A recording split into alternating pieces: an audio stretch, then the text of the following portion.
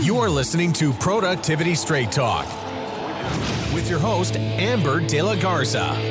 She is passionate, direct, and sometimes a little sarcastic, but always gives you what you need to succeed in business. Now, here's your host, Amber De La Garza, the Productivity Specialist. Welcome, and thank you for listening to Productivity Straight Talk. Today's episode 005, Creating Big Goals Worth Pursuing. If you're an entrepreneur who wants to take consistent, massive, focused action in your business and life, then you're in the right place, and I'm so glad you've joined me. My goal today is to simplify the process of creating goals for you so that you can create big goals worth pursuing with ease. I'm excited about this episode because you're going to discover the SMART squared criteria for creating goals, why the process of creating goals is so powerful to you, your business, and your productivity, how good goals don't have to be perfect goals. So let's dive right in. Creating goals can seem very overwhelming, and oftentimes so overwhelming that we don't even want to create them. It's not a process that seems fun or that we look forward to. Or there's others of you that look forward to it every year and yet don't execute on those goals because perhaps those goals aren't written out in a way that make you feel like you can take focused action upon them. And I don't want to get you stuck thinking that you have to overthink and overcomplicate creating goals. I don't want to do that at all. But today what I'm going to do is expand upon a common formula of creating goals and outline why it's beneficial.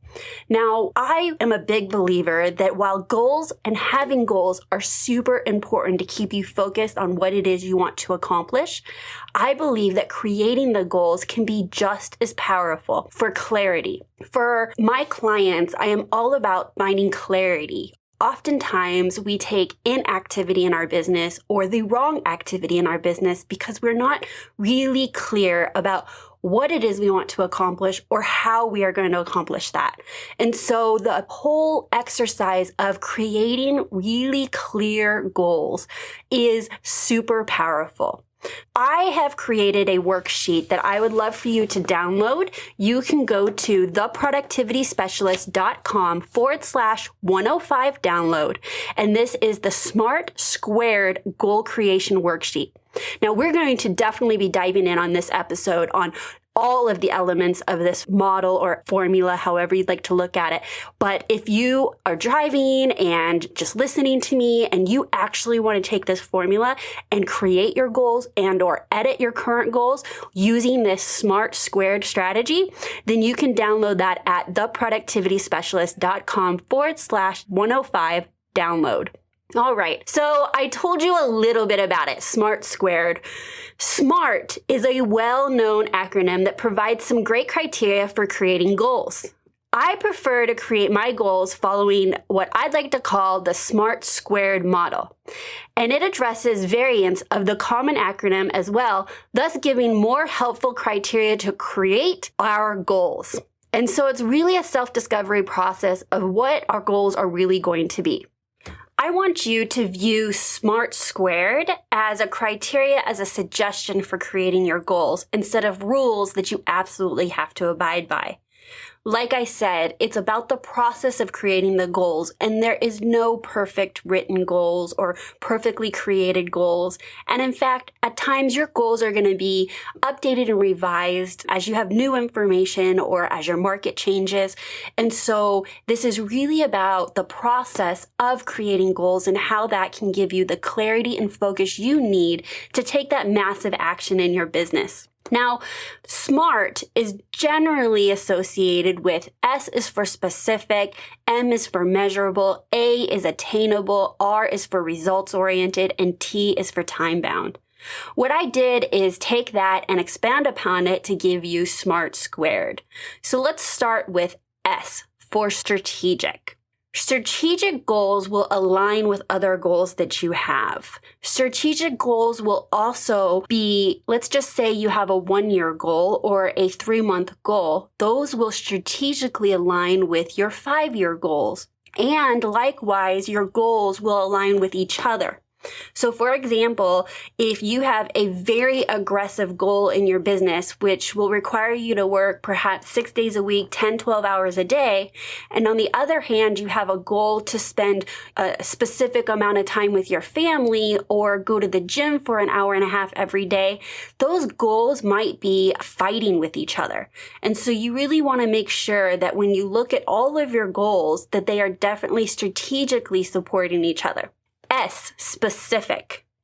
I want your goals to be so specific as you can create at the time with the information you have. Vagueness and lack of clarity is the enemy because you can't see it in your mind that you're achieving it if it's not crystal clear what that goal is. And if it's not really specific, how do you know when you've reached it? How do you know if you're off track and not going to reach it? It's super important that you can visually see in your mind's eye your goals. All right, M. M for measurable. Measurable goals are quantifiable by using a number. Now, not all goals are going to be quantifiable by a number, but those that can be, we should have a specific measure to it. And that again lets us measure whether we're on track, off track, if we need to address our action items to achieve that goal within the time frame we set. So measurable lets us know and give us feedback on where we're at in relation to achieving our goals. Meaningful. I think this is super important. I don't think we should just have goals to have goals. Our goals should be meaningful goals that matter to you. What I mean by this is that I don't want you to have goals of people that you see online or colleagues or other business owners. Those are their goals. You need to have goals that are meaningful to you because at the end of the day, you're the one that's going to be working to achieve those goals. And so when it's meaningful to you, you're more apt to take the action that it takes to achieve those goals. All right. A, the first A is attainable. You need to be realistic in your ability to achieve them. I do believe that you need to push yourself outside of your comfort zone. And what may not be attainable for you today could be attainable for you 6 months to a year from now. I am not giving you a freebie pass to create safe goals that don't push you past your comfort zone. However, if it's absolutely ridiculous, and let's just say you're going from 50,000 gross income to 250 gross income within a 6-month period, unless you have a specific proven plan on how you are going to make that happen, that might not be attainable for you. However, if you do have a proven plan and you know exactly how you're going to achieve that goal, perhaps that goal is attainable for you. Why is it important to have an attainable goal? If it's not attainable and we don't feel that it is, we're not going to go after it. Then our mindset keeps creeping in and we self-talk and self-doubt and have conversations with ourselves. So you absolutely need to create goals that you believe, if stretched, you can attain. All right, so the second A is action-oriented. I believe that your goals should be able to be broken down into actionable steps. Honestly, some goals are so vague and not measurable, and they don't have the other elements into the SMART squared model that they're not able to be broken down into actionable steps to achieve. So I really want to make sure that when you write your goals, you're also writing it in an action-oriented way. What are you going to be doing? What are you doing to achieve your goals? Don't write it as if it's just something that's going to happen out in the future. I am. Use words like that. All right. So next is R. The first R is relevant. This may or may not have to be said, but I believe that your goals should be relevant to your overall vision of success for yourself, professionally, and personally. Honestly, if you had some far off goal that is not in alignment with your vision of success, sometimes I hear my clients be like, this good opportunity came up and it's my goal to go hike a mountain, a really tall mountain. Okay, let's just say that's the goal. But they don't have hiking in their fitness regimen. They are not a travel entrepreneur.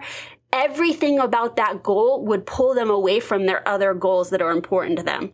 Achieving that one goal is so far out of their goals for their personal life and their business life that it would take an exorbitant amount of time and energy to achieve and isn't overall in alignment with their vision of success.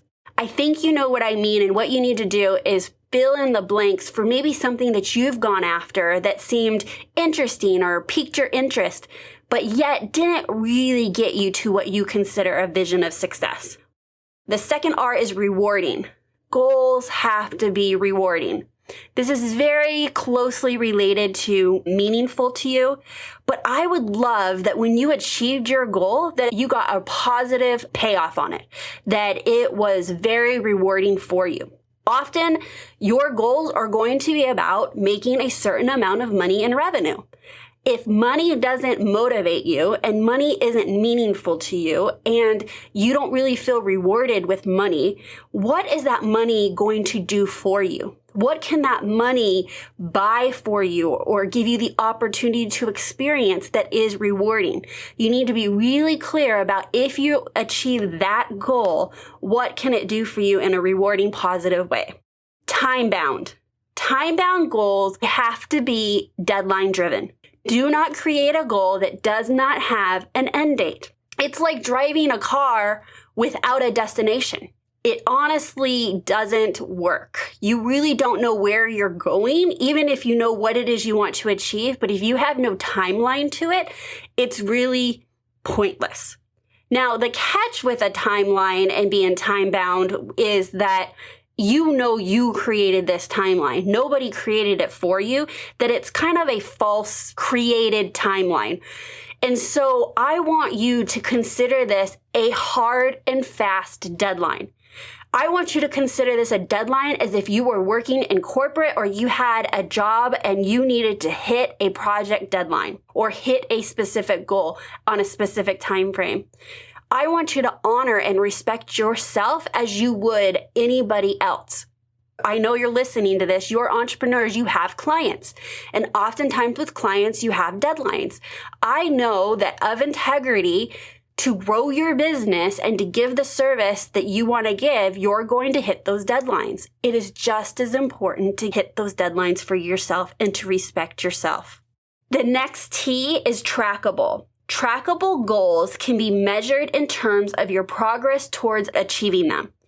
This kind of goes hand in hand with measurable, but some things are not quantifiable with numbers. So if the goal can be tracked in some other unit of measurement, you want to identify what that is.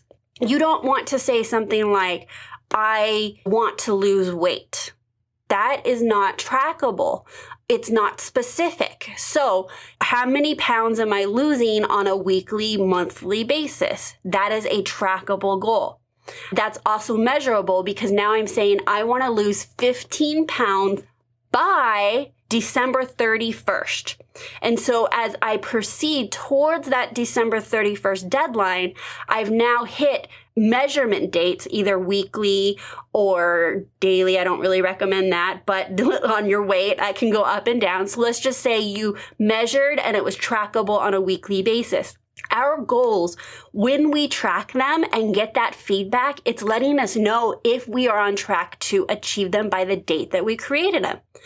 That feedback is really important because you can look at that and determine if you need to make a course correction on your actions or what it is you're doing to achieve that goal. So definitely trackable. All right, that's what I have for you. So that is SMART squared. So to cover those briefly again, it's strategic, specific, measurable, meaningful, actionable, attainable, action-oriented, relevant, rewarding, time-bound, and trackable. Like I said when we started, I do have a worksheet that you can download at theproductivityspecialist.com/105 download, which goes through all of these, outlines the definition of each of them, and it asks you, is your goal, yes or no, attainable? Is your goal, yes or no, measurable? Is your goal, yes or no, action-oriented? And then once you take an audit of it, the goal is not to have yeses in all of them, but yeses in most of them. To explore that you fully developed a goal that can certainly be worth achieving and something that you are so clear about going after. And then you can take that feedback and make some revisions and you'll have your finalized goal. And you can do that in both your business and your personal life. I want you to know that I didn't always have a goal. I didn't always be so rigid with writing my goals down. Now, I've always had goals in my head, but those goals in my head inherently were vague because I wasn't taking the time to write them out and fully expand upon them. And as I've grown my business and over the years, it became apparently clear to me that productivity and goals are 100% tied together. Because if we're just working to be busy and not working to achieve goals, that's not productivity. So how can we really say that we're investing our best time into our best activities if we don't know what those best activities and time are to achieve that goal?